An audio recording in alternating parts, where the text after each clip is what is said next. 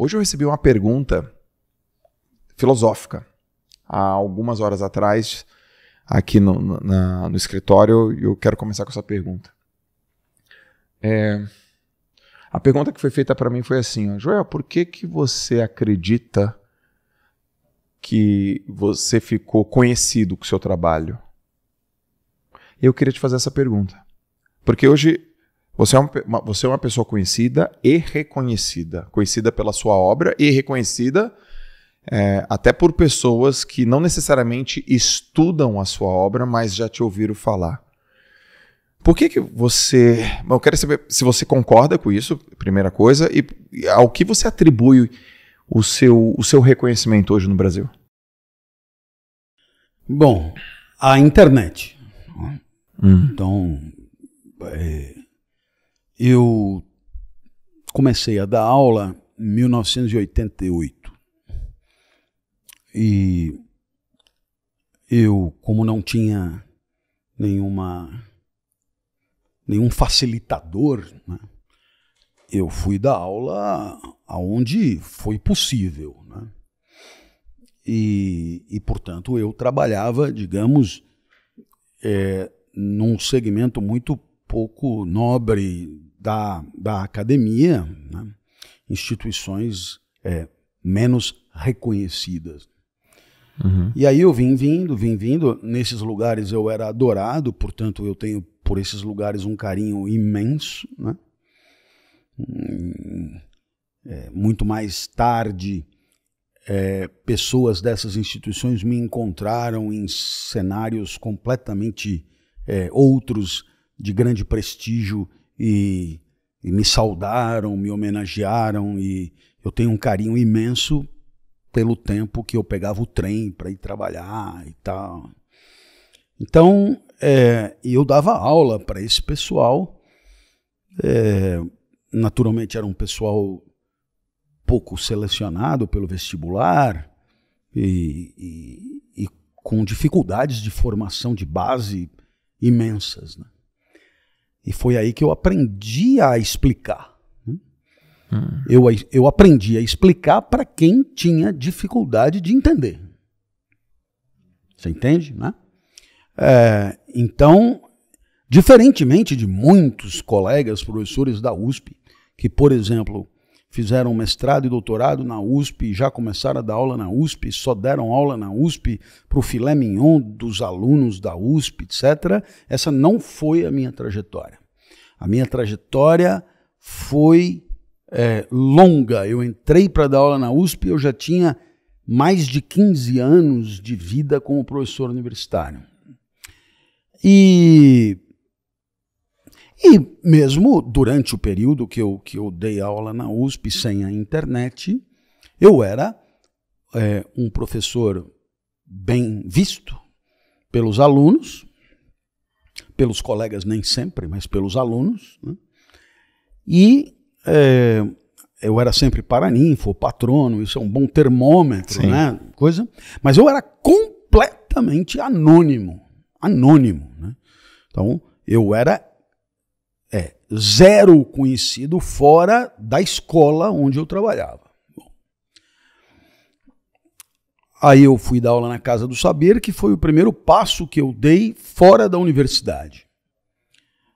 Mas eu passei a ser conhecido dentro da Casa do Saber e eu fui para lá junto com o Karnal, Pondé, veja só. Foi uma leva aí que que saiu da universidade e começou a conversar com a sociedade através da Casa do Saber, mas eu continuei zero conhecido fora, daí do caso da USP e da Casa do Saber.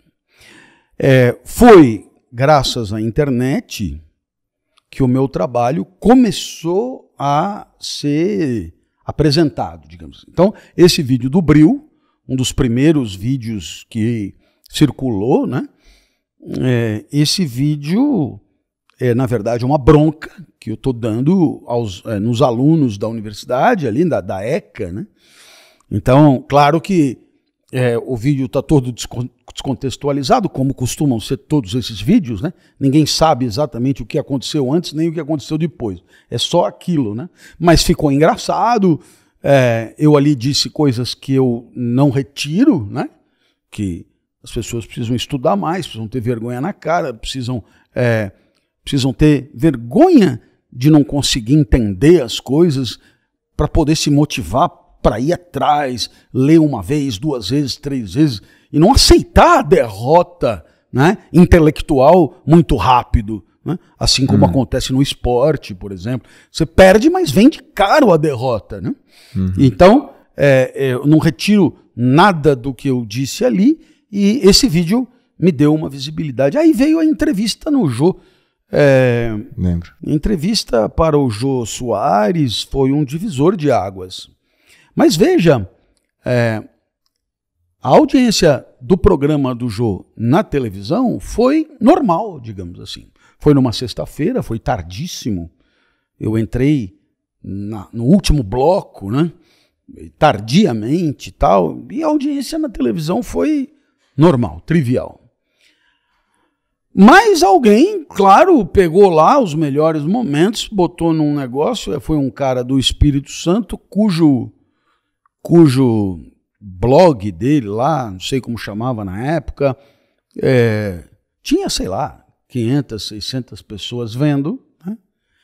E ao fazer isso, ele, sei lá, foi a 15, 20 milhões. Bom, aí realmente mudou, né? Nós estamos falando aí de 10 anos atrás, para arredondar, né? 10 anos atrás. Mudou por quê? Porque eu passei a ser identificado por muita gente na rua, né?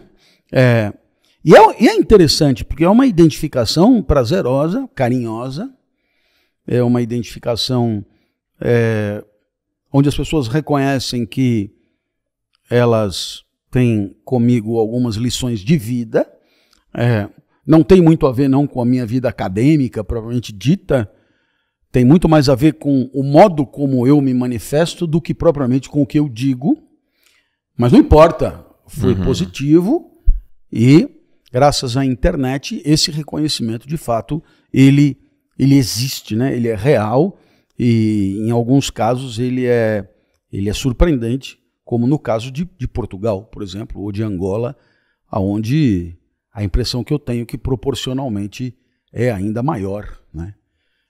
Porque eu tenho como provar isso, né?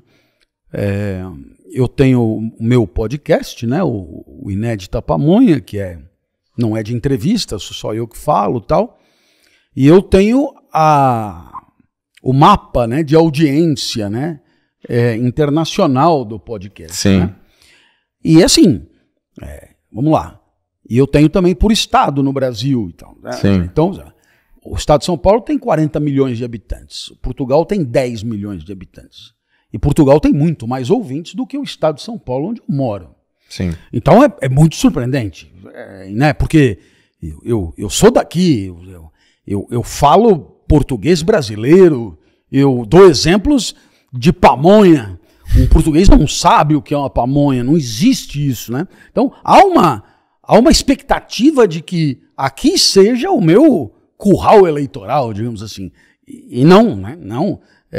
Em alguns lugares há um apreço pelo trabalho muito importante, e isso é muito bonito, né? Porque você acaba recebendo um abraço, sei lá, de um garçom de uma confeitaria na cidade do Porto, que tem no seu celular todos os vídeos, todas as aulas, e que te assiste diariamente, e que se emociona, porque nunca podia imaginar que eu fosse entrar na confeitaria onde ele serve sanduíche e tal. Então, isso é muito, muito, muito legal. Então, há um reconhecimento, claro que